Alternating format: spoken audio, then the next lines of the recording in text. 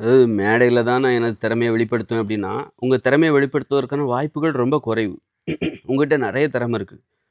ஆ அப்படி இருக்கும்போது நான் மேடையில் தான் எனது திறமைய வெளிப்படுத்துவேன். மேடைய நோக்கி நீங்க போறீங்க அப்படின்னு சொன்னா, உங்க திறமைய வெளிப்படுத்துவதற்கு மேடைலாம் எப்ப கிடைக்கும்?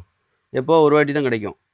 ஏன்னா, அதை பார்ப்பதற்கும் மக்கள் எப்போதும் தயாரா இருக்க மாட்டாங்க. அப்போ எல்லா இடத்துலயுமே உனது திறமைகளை வெளிப்படுத்த பழகிக்கணும். நான் ஒருத்தர் நல்லா பேசுகிற திறமை இருக்கு. அந்த திறமைய நான் மேடையில தான் வெளிப்படுத்துவேன். அப்படின்னு சொல்லிட்டு சாதாரணமா மனிதர்களிடம் பார்க்கும்போது எதுவுமே பேச மாட்டாரு. ஏன்னா, என்னுடைய பேச்சு திறன நான் வீணடிக்க மாட்டேன். பேசுவதற்கான வாய்ப்பு அதை நான் மேடையில் தான் அ வெளிப்படுத்துவேன். அப்படின்னு சொல்லிட்டு அவர் மேடைய எதிர்பார்த்து பேசாம இருக்கிறாரு. மேடையில மட்டுமே பேசுறாரு. மேடைங்கிறது ஒரு டெய்லி கிடைக்காது.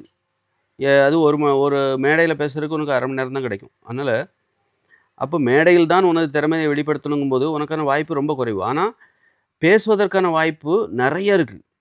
சாதாரணமா நம்ம பார்க்குறவங்ககிட்டலாம் பேசணும். மேடையில தான் மேடையில தான் பேசுவேன் அப்படின்னு நெனச்சா வாய்ப்பு குறைவு. சாதாரணமா நீ பார்க்குற நபர்கள், சாதாரணமா எளிமையான மனிதர்கள் இவங்ககிட்டலாம் நீ பேசுனா, உனக்கு பேசுவதற்கான வாய்ப்பு நெறைய கிடைக்குது. பேசுவதற்கான வாய்ப்பு. அதுபோல நீ ஒரு பாட்டு பாடணும், அத நான் மேடையில தான் பாடுவேன் அப்படின்னு நெனச்சேன்னு வச்சுக்கங்க, மேடை வந்து எல்லா நாளுமே கிடைக்காது. எல்லா ஒ ஒ ஒரு வாரத்தில ஒரு வாட்டி கிடைக்கலாம். உனக்கு திறமை இருந்தா கிடைக்காமலே போயிடும். அப்ப பேசாமலே பாடாமலே நீ போயிடுவ. நெறைய பேர் ஏன் பாட்டு பாடுறதில்ல? பாட்டுன்னா அது மேடையில தான் பாடணும்னு நெனைக்கிறாங்க. அதுபோல வந்து நடனம் ஆடுவதில்லை. ஏன் நெறைய பேரு? நடனம்னா அது மேடையில தான் ஆடணும் அப்படின்னு நெனைக்கிறாங்க. சாதாரணமா ஆடுறதுக்கு கூச்சப்படுறாங்க. மேடையில ஆடுவத பெருமைப்படுறாங்க. அந்த மாரி மேடையில் பாடுவதை, மேடையில் ஆடுவதை, மேடையில் பேசுவதை, இது மாரி மேடை வந்து வாய்ப்புகளை குறைத்து விடுகிறது. அப்போ நெறைய இருக்கு. பேசுவதற்கு என்ட்ட நெறைய விஷயம் இருக்கு.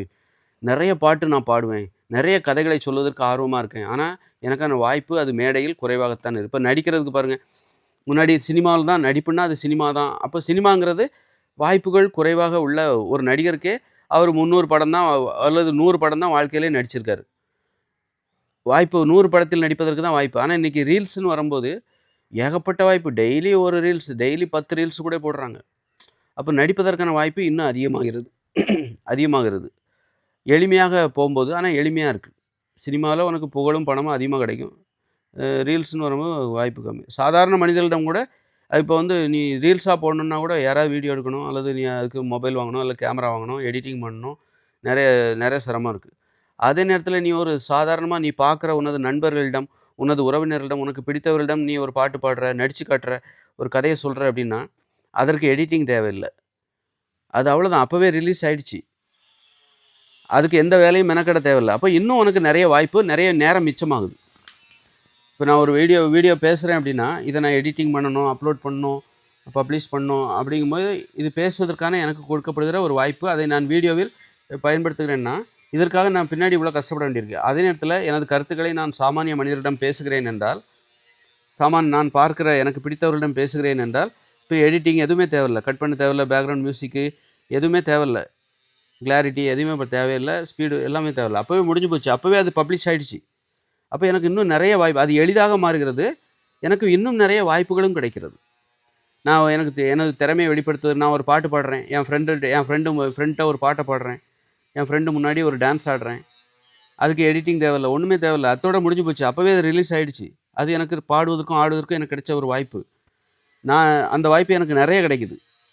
நான் வீடியோல தான் ஆடுவேன் அல்லது மேடையில தான் ஆடுவேன். அந்த திறமைய வெளிப்படுத்த மேடையை எதிர்பார்க்கிற அந்த உள்நோக்கம் வேண்டாம். எல்லாமே வாய்ப்பு தான்.